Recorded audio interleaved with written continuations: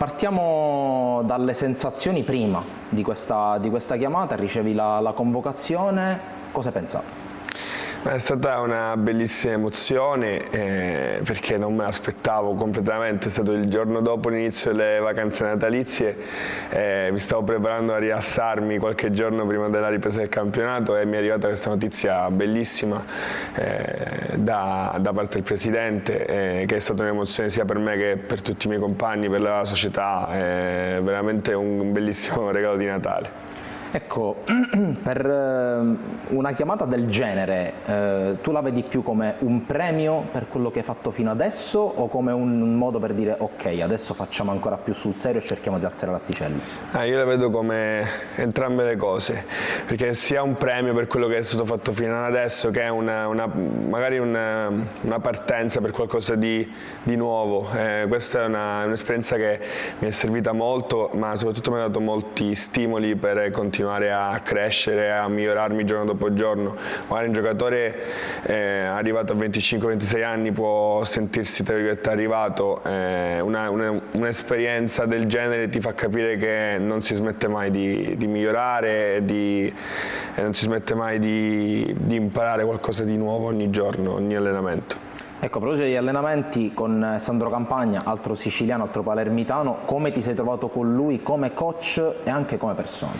Molto bene in entrambe, sia come coach che come persona, sia con lui che con tutto lo staff. È un livello ovviamente superiore, sei al top del top e si sente giorno dopo giorno, dal primo giorno in cui arrivi fino all'ultimo in cui te ne vai. C'è attenzione a ogni minimo dettaglio, si lavora veramente molto bene su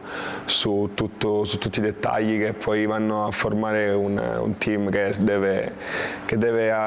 fare delle competizioni come i mondiali, europei, olimpiadi. Si vede proprio che c'è la ricerca del dettaglio. Ecco, come giocatore, come pallanotista, non sei il primo di casa Telimar ad andare in nazionale, non sei il primo siciliano, tra l'altro c'è anche Davide Occhione che purtroppo non è potuto andare. Che consigli ti hanno dato prima di partire?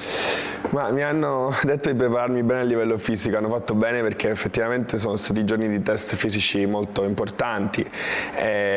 dove ho capito che veramente fisicamente ormai la pallanuoto si fa a un livello veramente alto, proprio bisogna tenere sempre il fisico allenato al 100% perché soprattutto con le nuove regole adesso ci sono dei ritmi completamente diversi, si gioca tutto sull'intensità.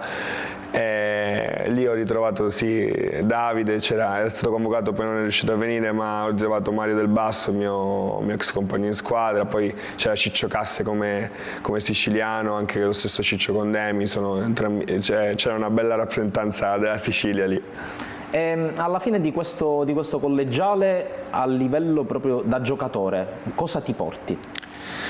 Mi porto, come dicevo prima, ho capito lì dei miei limiti su cui sicuramente devo lavorare, che sono soprattutto fisici, perché devo migliorare di gambe perché ormai è fondamentale. Come giocatore mi porto il fatto che veramente proprio non si smette mai non devo smettere mai di cercare di migliorarmi ogni allenamento, perché veramente c'è sempre qualcosa da migliorare, non si arriva mai al livello massimo. Lo vedevo guardando i ragazzi che già hanno fatto le Olimpiadi, che erano 3 che erano lì, Occhigratta, Condemi e Gianazza, il modo in cui si allenavano veramente è di ispirazione, anche se loro sono più giovani di me, però mi hanno dato questo è proprio che mi lascia questa esperienza, la voglia di allenarmi ancora più forte. E oltre a questo, chiaramente adesso l'appetito viene mangiando, no? Assolutamente no, essendo stato là veramente spero di tornarci perché è veramente un'esperienza unica e poi soprattutto spero di portare questo entusiasmo, questa esperienza al servizio dei miei compagni per riuscire a a toglierci qualche sfizio quest'anno in questo campionato che è iniziato un po' così, che però noi vogliamo cambiare rotta, vogliamo portare a casa il risultato che è la salvezza tranquilla. Ecco, mi hai dato l'assist per parlare di Telimar, mercoledì si riprende contro Posillipo, hai già detto per sommi capi che 2024 è stato, che 2025 ti aspetti, considerando che a differenza dell'anno scorso il calendario sarà molto diverso anche proprio come dislocazione delle partite? Ma guarda, mi aspetto una crescita della squadra soprattutto dal punto di vista mentale, perché delle volte proprio ci perdiamo anche durante i match, ci sono delle partite in cui facciamo 2 tempi buoni, 2 tempi no, questo sicuramente deve cambiare, è un piccolo difetto che ci può stare visto che la squadra è molto giovane e che abbiamo cambiato molti giocatori, però spero che appunto cambi questo come dire, che prendiamo un po' di fiducia in noi stessi, che crediamo di più nei nostri mezzi e che magari delle volte riusciamo a portare le partite che possiamo portare a casa, perché nel girone di andata abbiamo perso 2 o 3 punticini che ci avrebbero fatto comodo a questo punto. Chiudiamo con una curiosità. Il 2024 di Andrea Giliberti si è chiuso benissimo,